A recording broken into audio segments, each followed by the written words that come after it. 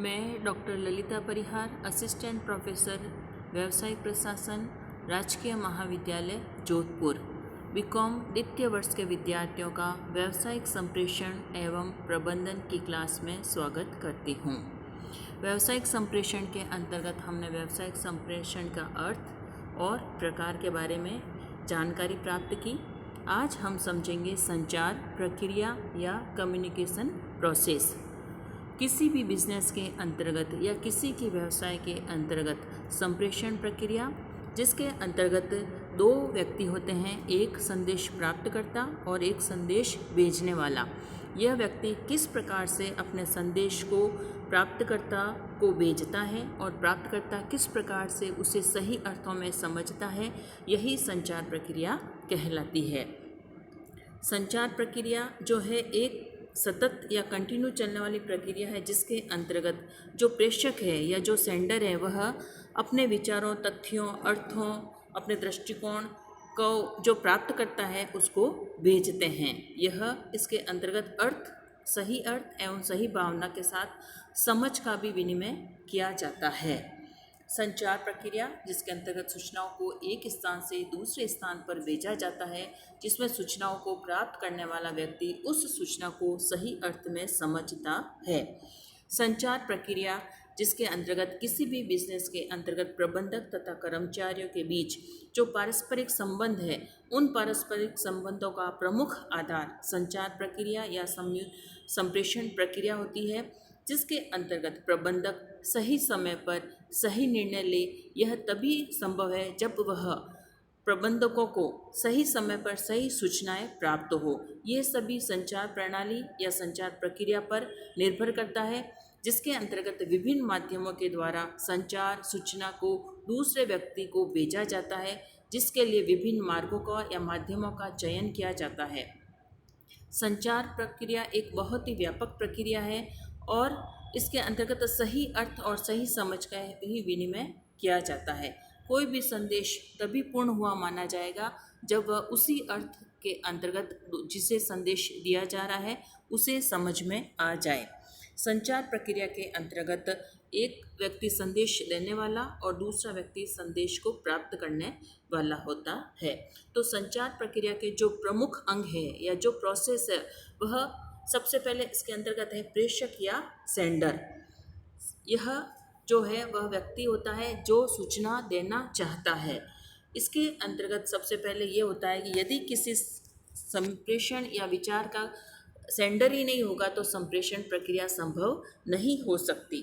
तो सबसे पहले जो सेंडर होता है या जो प्रेषक होता है, उसके मध्य में या उसके दिमाग में एक विचार आता है, उस विचार की उत्पत्ति होती है और वह उस विचार को स्पष्ट रूप से अपने मस्तिष्क में सही व साफ रूप से उसको स्पष्ट करता है। तो सबसे पहले है प्रेषक, जो कि संचार प्रक्रिया का मुख्य आधार होता है। दूसरी जो प्रक्रिया है वह है लिपिबद्धकरण या संकेतन या इनकोडिंग। जो सूचना प्रेषक द्वारा दी जानी है उस विचार को वह एक स्वरूप प्रदान करता है, इसके लिए वह उसको लिपिबद्ध करता है या उसका इनकोडिंग करता है। वही सही शब्दों का चयन करता है जिसका सही अर्थ निकल जाए। यह सब कुछ मानसिक अवधारणा या भाषा को या शरीर की भाषा का प्रयोग कर या कंप्यूटर के द्वारा या किसी भी तरीके से उसको एक लिपिबद्ध प्रक्रिया से उसको संदेश को लिपिबद्ध किया जाता है, जिसमें अनुभव, ज्ञान, जो संचार कौशल है, इन सभी का ध्यान रखा जाता है। तीसरा जो अंग है वह है संदेश या मैसेज। जो प्रेषक के दिमाग में विचार आया, उस विचार को लिपिबद्ध किया गया। अब जो है उस जो लिपिबद्ध किया गया है वह संदेश या विचार एक सूचना होती है जो मनोवैज्ञानिक व परिस्थितियों में अंतर से संदेश का चयन व निष्पादन अलग अलग हो सकता है। इसलिए इसके अंतर्गत आदेश, निर्देश या समीक्षा या तथ्य या अनुभव आदि के रूप में उस संदेश को स्वीकार किया जा सकता है या दिए जाने के रूप में उसका चयन किया जा सकता है। फोर्थ जो इसका अंग है वह है माध्यम या मीडिया।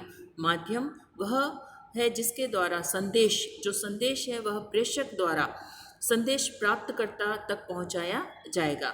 जब विचार को लिपिबद्ध कर दिया जाता है, उसे एक संदेश का रूप दिया जाता है, उसके पश्चात संदेश का माध्यम का निर्धारण किया जाता है यह माध्यम जो हो सकता है वह हो सकता है चाहे टीवी, वीडियो, लिखित, सांकेतिक या मौखिक रूप से किसी भी तरीके से या माध्यम के द्वारा एसएमएस के जरिए या व्यक्तिगत रूप से किस प्रकार से प्राप्तकर्ता तक पहुंचाना है।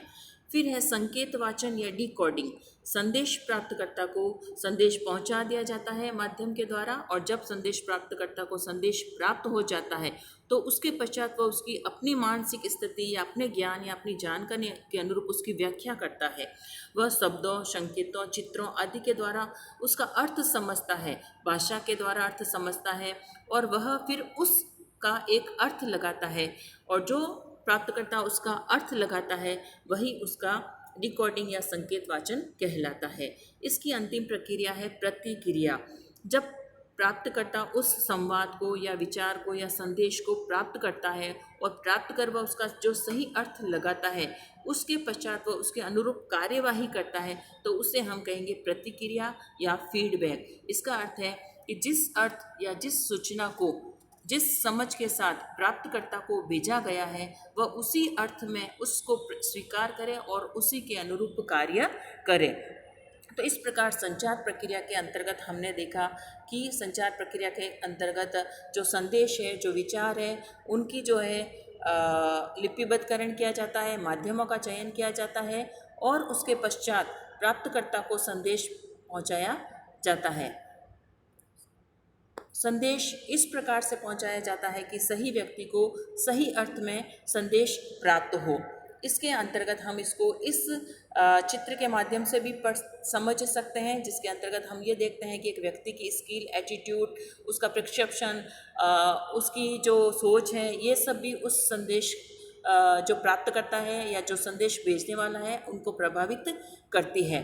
संदेश प्रक्रिया के अंतर्गत जो ये महत्वपूर्ण घटक हैं, इनसे भी संप्रेषण प्रभावित होता है, और प्रभावी संप्रेषण की हर व्यवसाय के अंतर्गत आवश्यकता होती है, क्योंकि प्रभावी संप्रेषण होने पर ही उपयुक्त संवाद किया जा सकता है, पूर्वाग्रह को अवॉइड किया जा सकता है, या दूसरों के भी इसमें आवश्यक है कि वह सावधानी से सुने, उचित भाषा का प्रयोग किया जाए, और जो फीडबैक प्राप्त हो रहा है उसको भी प्राप्त जानकारी ली जाए, और अच्छे नेटवर्क या माध्यम का चयन किया जाए।